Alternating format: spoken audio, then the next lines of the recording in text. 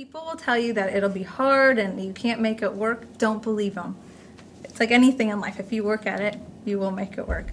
I mean, I could have never picked a better husband or had a better experience in my life. And it's a great thing. I mean, through medical school, I think it helped us both excel, being that we're in the same field, because we would study together. Whenever we were together, if we were cooking dinner, we were quizzing each other. If we were driving anywhere, if we were taking care of the children, we were always constantly quizzing each other. So it was great as far as studying goes. And as far as now, we still were able to interact, and even though we're in different specialties and we don't necessarily do the same thing at work anymore, I still understand if she has a tough day or a difficult patient that she needs to talk to somebody about something. I understand what she's going through, and so from that aspect, you understand what it is like to be a doctor, what it is. And it's nice to have that where you can talk to somebody, not just one of your peers, but even closer, so you can share your most intimate thoughts and what you're really thinking that you may not want to say even to close friends. So it ends up working out pretty nicely. Not only that, we also understand, we support each other and balance out the needs of our study schedule, because even if you you think you finish medical school, you're done studying, but that's not true. You're learning forever.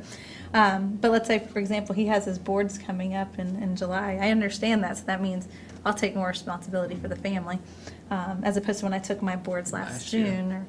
Then you know, he really stepped up and took the responsibility of the family chores. So you definitely have to be able to share back and forth. I mean, you can't have anybody in the relationship that's selfish, but I think that kind of goes, that encompasses all relationships. So I think having a family gave us an advantage, and that gave us a different perspective.